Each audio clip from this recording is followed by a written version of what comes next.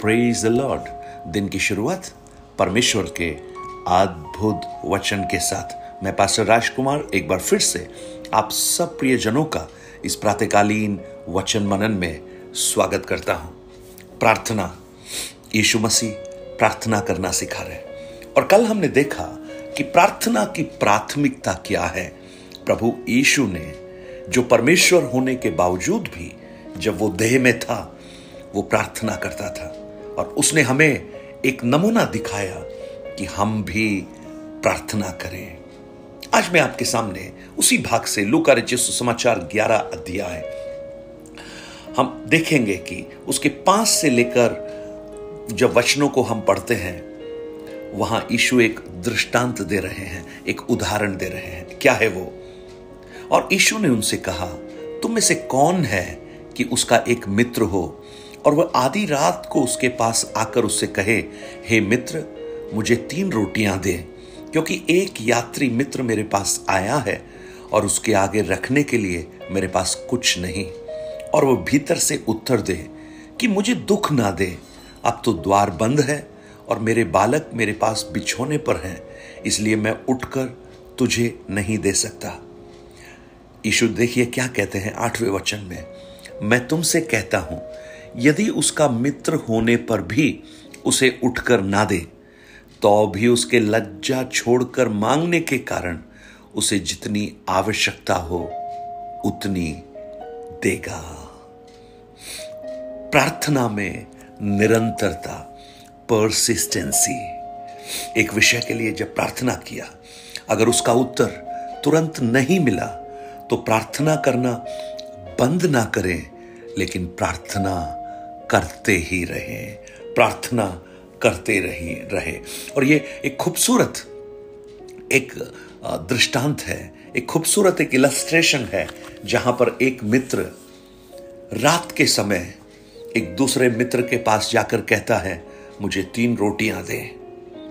और देखिए खास बात, ये अपने मित्र के पास अपनी आवश्यकता के लिए नहीं गया, लेकिन अपने एक दूसरे मित्र की आवश्यकता के लिए गया।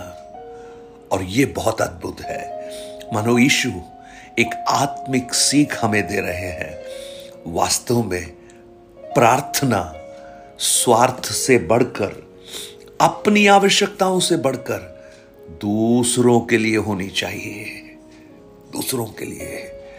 रात के समय अगर ये चाहता तो ये भी सो सकता था, लेकिन वो मांग रहा है, खटखटा रहा है, और वो दोस्त उसको बोलता है, अभी मैं नहीं दे सकता क्योंकि रात बहुत है, सुबह आना।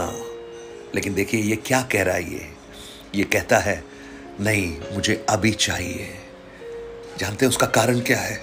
जब वो अपने उस दोस्त की हालात को जब देखता है, उसकी भूख को जब देखता है, तो शायद वो शांत नहीं रह सकता, वो खामोश नहीं रह सकता। वो मजबूर होकर कहता है, दोस्त, मुझे देना पड़ेगा, मुझे देना पड़ेगा, क्योंकि मेरा दोस्त दुख में है, मेरा दोस्त तकलीफ में है। और बार बार मांगते रहने के कारण उसकी जो भी आवश्यकता है वो उसका दोस्त पूरा करेगा। Praise the Lord. आज जब हम प्रार्थना करते हैं, मेरी आशा है, मेरी प्रार्थना है, आप निरंतर प्रार्थना कीजिए, निरंतर। अय्यूब की पुस्तक में 42 अध्याय के 10 वचन में एक खूबसूरत वचन है, जब अय्यूब ने अपने मित्रों के लिए प्रार्थना की, तब परमेश्वर ने उसका सारा दुख दूर किया और जितना अय्यूब का पहले था उसका दुगना परमेश्वर ने उसे दे दिया। मित्र के लिए प्रार्थना की, अपने मित्रों के लिए प्रार्थना की।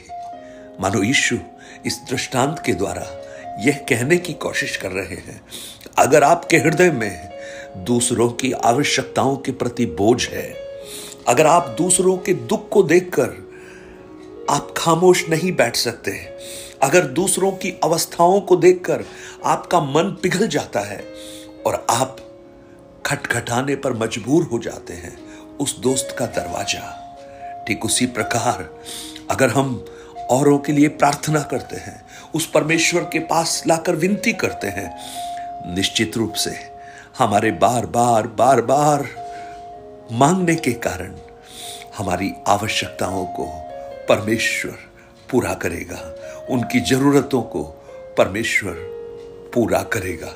आज किसको प्रार्थना की आवश्यकता नहीं? हर एक को प्रार्थना की जरूरत है इस संसार में जितने भी लोग हैं। इसलिए पहला तिमुथी 2 अध्याय में भी पौलुस तिमुथी को कहता है, अब मैं तुम्हें आदेश देता हूं कि विनती और प्रार्थना सब मनुष्यों के लिए की जाए, सब मनुष्यों के लिए की जाए। Praise the Lord. आज हम प्रार्थना करें प्रियो, औरों के लिए प्रार्थना करें, औरों के लिए हम गिड़गिड़ाएं, औरों के लिए खटखटाएं। खटखटाओगे, हो सकता है पहली बार ना खुले, मांगोगे, हो सकता है पहली बार ना मिले, ढूंढोगे, हो सकता है पहली बार ना मिले, लेकिन आप खटखटाते रहिए, आप मांगते रहिए, आप ढूंढते रहिए। और इसीलिए उसके 9वें वचन में बहुत ही खूबसूरत तरीके से लिखा है, प्रेज द लॉर्ड। उसका 9 वचन आप देखिए, और ये वचन आज मैं आपके लिए घोषित कर रहा हूं। यीशु कहते हैं, मांगो तो तुम्हें दिया जाएगा, ढूंढो तो तुम पाओगे, खटखटाओ तो तुम्हारे लिए खोला जाएगा। आज मेरी प्रार्थना है, आप जो मांग रहे हैं प्रभु से, प्रभु आपको देना प्रारंभ करे। जो ढूंढ रहे हैं आपको मिलना प्रारंभ करे।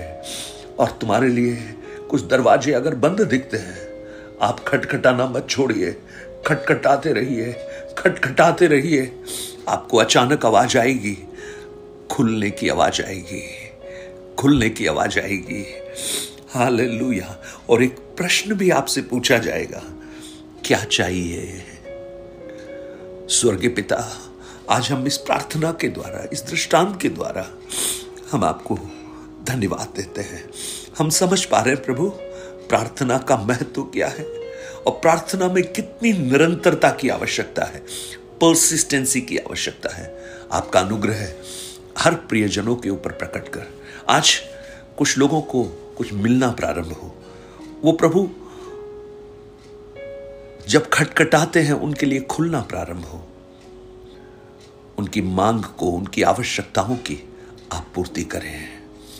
प्रभु धन्यवाद इन वचनों के लिए, यीशु के नाम से मांगता हूं, आमीन, आमीन। आज इतवार का दिन है, आराधना का दिन है।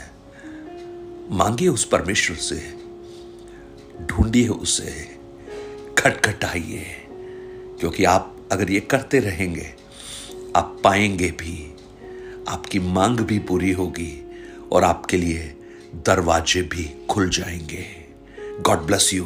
प्रभु इन वचनों से आपको आशीषित करे।